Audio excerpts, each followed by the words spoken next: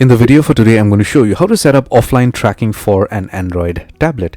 Because in case if you lose your tablet, you could track and get it back.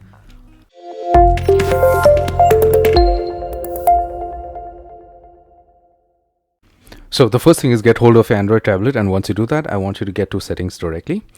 So open the settings application and do a search for Find Hub. So FIND. So once you get the option out here, just select that option and you get directed to Google Find Hub on your tablet itself. Now, if you see that you have a notification like this, turn on device location, immediately click on it and turn your device location on. Okay, check this. Then you get back to the screen, and once you're here, you are going to see an option to find your offline devices. Select that option and then select the last option with network in all areas.